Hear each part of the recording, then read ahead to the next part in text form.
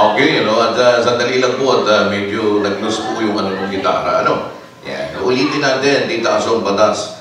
At binabati din natin pala, nakatutok po sa atin ang ating Kamulong Nepo, patuloy ng magandang gabi. At ang kanyang may bahay, Marintes, patuloy ng magandang gabi po sa inyo, Yan. At siyempre pa, ang kanilang news, si Daisy, patuloy ng magandang gabi.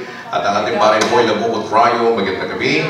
Ang ating Marimpe, Castro Idol, magandang gabi. At si Tessie Santos, si Apple Paras, magandang gabi Marigo. Si Alice